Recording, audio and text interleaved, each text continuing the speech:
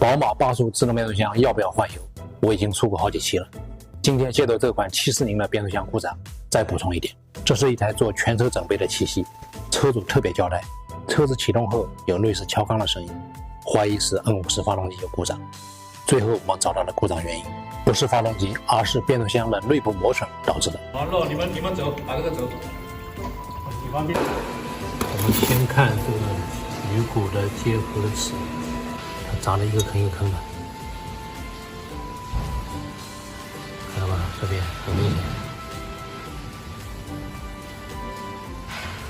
好，那我们来看这个摩擦片，不对称的，看到了这边肯定是阶形的，每一个都是阶形，两个对比一下。变速箱的内部为什么会有如此的伤损？我们最后再说。你先猜猜，这台 XF8HP 变速箱磨损到如此的地步，会不会换挡顿挫？答案是并不会，开起来依旧换挡顺滑。如此说来，这款变速箱还是很能扛的。那变速箱油到底要不要换呢？我们来看一下换下来的油底壳。我们关键看这里面的这个铝粉，这铝粉呢，就是由阀体里面的阀孔它磨损了，你看到吧？金光闪闪的，哎，看吧，金光闪闪的，这都是铝粉。所以从这个大概可以判断出它这个阀体的磨损程度。这一个油底壳可以得出两个结论。第一个结论，变速箱油不可避免的会衰减、污染、充满杂质，但变速箱依旧换挡平顺，说明 8HP 容错率很高，根本不用换油。第二个结论，变速箱油不可避免的会衰减、污染、充满杂质，即便这款变速箱对油液的宽容度很高，也有破防的一天。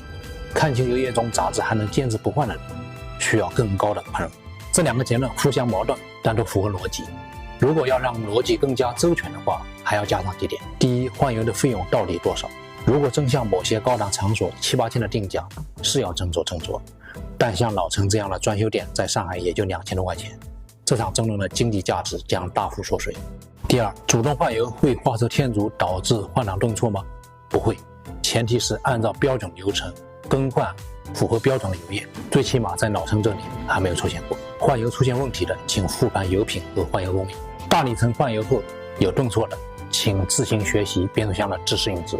让我们统计一下所有解题条件：一，宝马的确说过终身不用换油；二，的确有车主20-30万公里没有换油也没出现问题；第三，有些车主的变速箱出现故障了，不能确定是没有换油导致的；第四，油液性能的确会越来越差；第五，变速箱的确能忍；第六，变速箱对油液的容忍底线无法简单量化的公里数；第七，8万公里换一次，花费2000多；第八，主动换油不会导致顿挫；第九，不规范的换油操作可能会导致顿挫。我能想到的解题条件都列出来了，最终要不要换油，相信各位可以自行作答。至于这台740变速箱怎么坏的，车主也不知道，只知道借出去2个月，回来就这样了。